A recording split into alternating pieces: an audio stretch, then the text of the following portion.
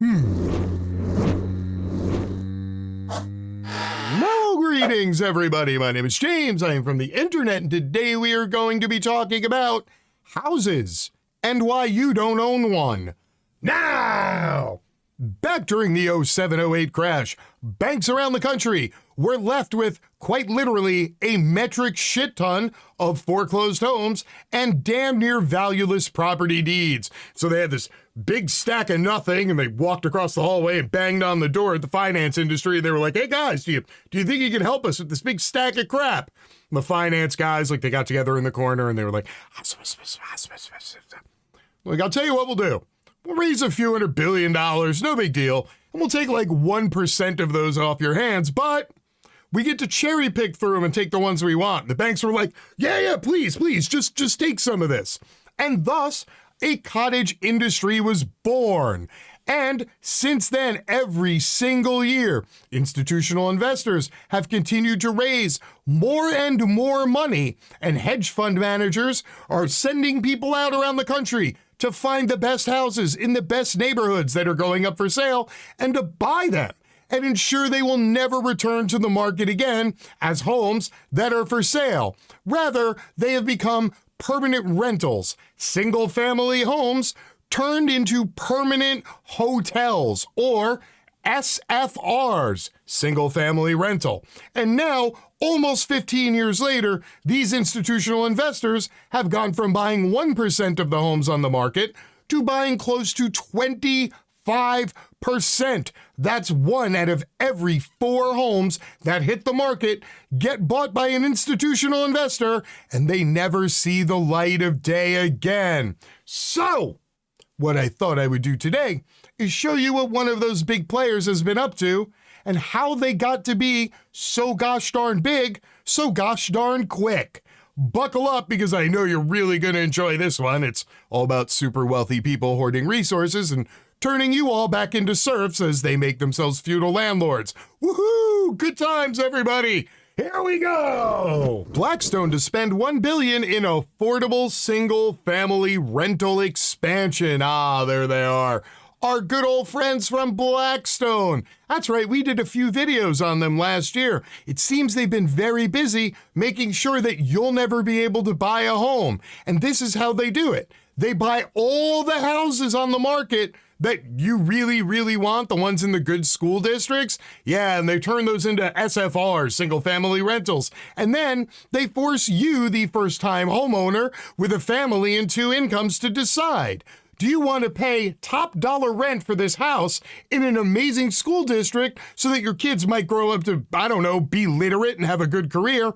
Or if you really want to own a home that badly, you can go to that other neighborhood. It's like 20 miles away where the houses are like half the price, but the schools have metal detectors, and I think there might even be some non-white people living in those neighborhoods.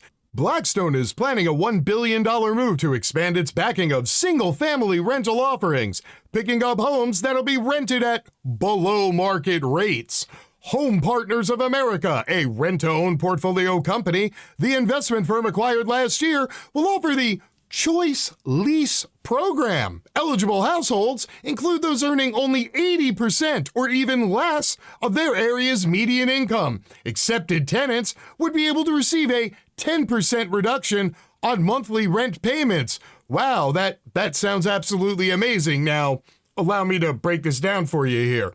So, number 1, below market rates. Well, when you own like every 3rd house in a neighborhood, you're the one who's dictating the market rates. And you know that you've bought up all these houses, you've gotten all the qualified tenants you can get who can afford to pay top dollar, and now you have some more houses left like 2 blocks down the road, and you haven't, really been able to rent them for $5,000 a piece. And you're like, how the fuck do we get more people in here? I mean, we don't want to pay people more money or have more well-paid workers out there because, of course, that would screw us. So, assuming everybody else stays as poor as they are, how can I get more people to move into these homes?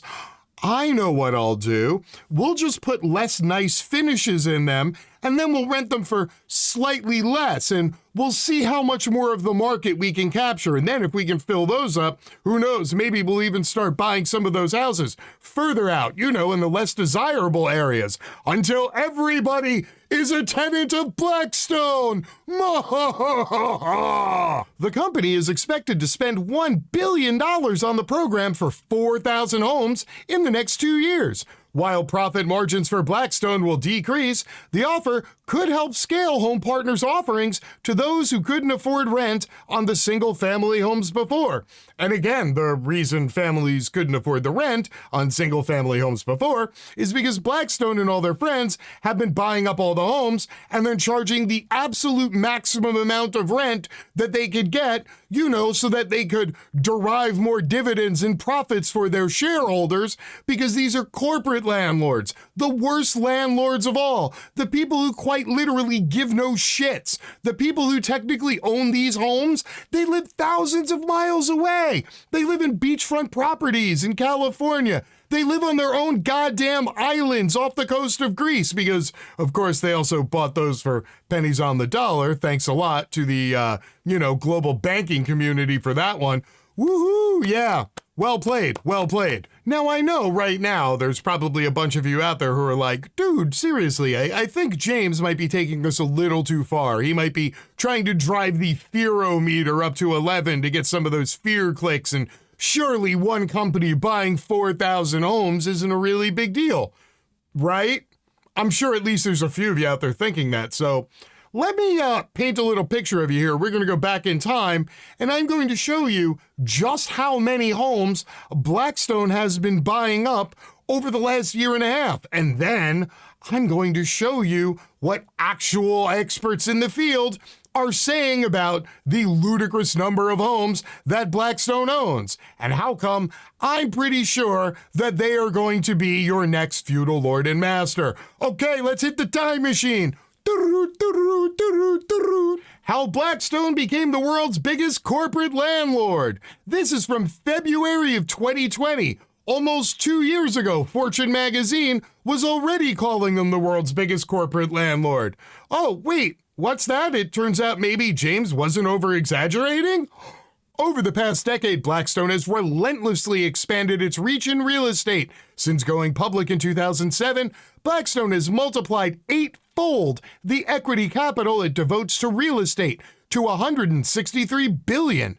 Blackstone leverages that capital by taking out mortgages, so the total value of the property it owns in the ground is around $325 billion. By these measures, it ranks by Fortune's estimates as the world's largest commercial real estate company. Now, before we go forward, a brief lesson in basic real estate and banking.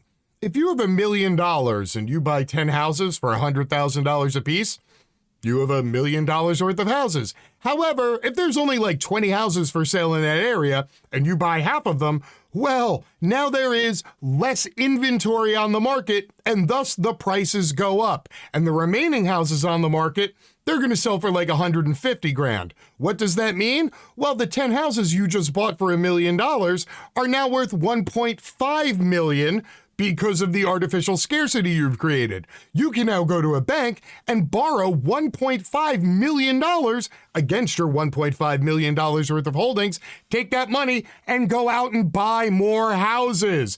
And this is how they keep multiplying and growing at an exponential rate. Blackstone gets back into rental houses with Tricon deal. This one is from back in August of 2020. Blackstone Group Inc., which led Wall Street's initial foray into the single-family rental business, is making a new investment in suburban homes at a time when the COVID-19 pandemic is pressuring traditional commercial real estate.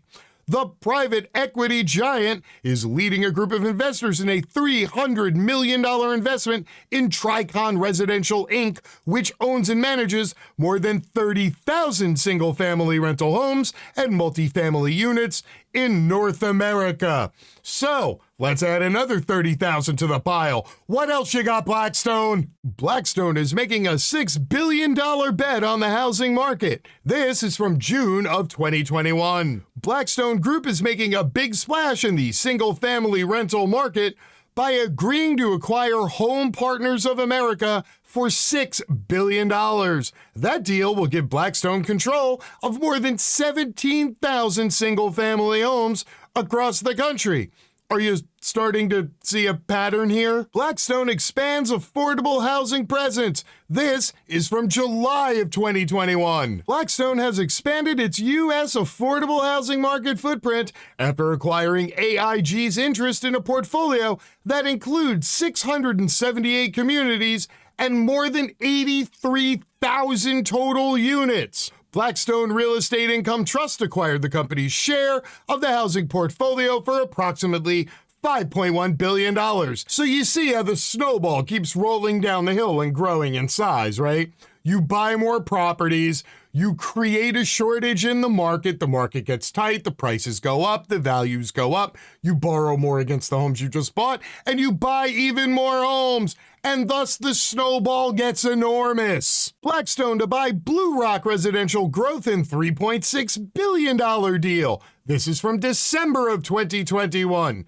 Blackstone continues making major deals across the multifamily sector by planning to acquire Blue Rock Residential Growth in an all-cash transaction, valuing it at $3.6 billion, and this one includes more than 11,000 units. Note the all-cash transactions again, because once this became highly popular and highly lucrative, wealthy people started lining up at the back door of Blackstone to give them big-ass wheelbarrows filled with cash and go, hey, can you give me some of those sweet 12% annual returns? That'd be great, year over year. Sure, here, take my $100 billion. And so every quarter, not only is Blackstone out there buying all of these individual single-family homes, but they're also doing big deals, buying up entire companies that have been trying to do the same thing as them, but at a much smaller scale, vacuuming up all these smaller companies and thus creating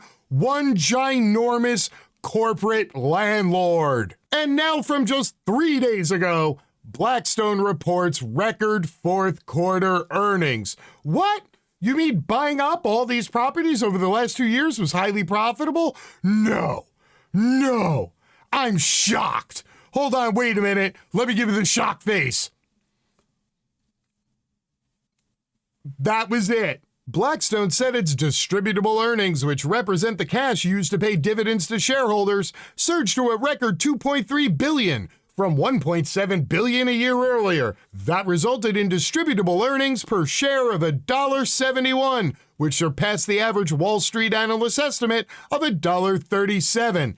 During the quarter, Blackstone said it spent a record $65.8 billion to acquire new assets across its real estate, credit, private equity, and hedge fund portfolios. Yeah, you gotta spend money to make money. Also, when you literally control the market, it makes it really easy to identify the investments that have a 99% chance of offering a great return. Blackstone said it generated $21 billion from cashing out investments, including the sale of subprime auto lender Exeter Finance to private equity firm Warburg Pincus. I don't know, that just sounds like somebody with the pinky laugh and the drinking the tea.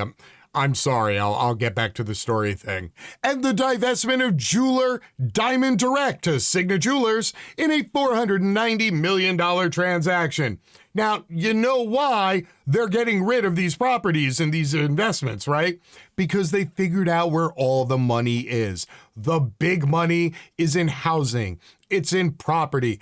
Everybody needs some place to live, and BlackRock is going to be the person to provide it to you, as long as you give them like 90% of your annual income. And also, again, keep in mind, you will have absolutely no equity and acquire no capital and pass literally nothing on to your children, except for maybe, I don't know, a semi-affordable lease that they get first dibs on to keep renting the home. Ooh, amazing. Blackstone's private equity funds appreciated by 4.8% in the quarter, compared with a 10.7% gain in the benchmark S&P 500 stock index over the same period. Opportunistic and core real estate funds rose 12% and 7.2% respectively. Those total assets under management rose to a record $881 billion, up 21% from the $731 billion posted just 3 months earlier, owing to a record amount of fundraising. As a result, Blackstone said it now expects to reach its goal of managing $1 trillion in assets this year, much earlier than a previously announced target of 2026. You know why? Because they keep buying all the houses, and they are now quite literally feudal lords. They are sitting on a throne made of gold, and there is a line out the door 6 miles long filled with working class peasants holding their paychecks, just waiting to go up and put it on the pile and go, "Thank you, my lord. Thank you, please have my check, thank you." Now, I know I usually end these videos on a high note, with a suggestion of something that you can do within your community or amongst the people you know to try to ease the burden of our existence, to try to maybe do a little better. I hate to tell you this one, people, but when it comes to this kind of macro level bullshit, I got nothing, because me, you, and all the people we know together, we don't have enough power to stop this. And these are corporate entities, and they are fed by the wealthiest of the wealthy, i.e. the people who can buy enough favor in Washington, D.C. to ensure that even if we make enough noise, nothing is going to change. So instead of my usual positivity, I am going to remind you of a quote once put out into the world by somebody far smarter and far wiser than myself long ago. And that is that one day soon, the poor will have nothing left to eat but the rich. Until next time, my name is James. I am from the internet, and I am out. Peace.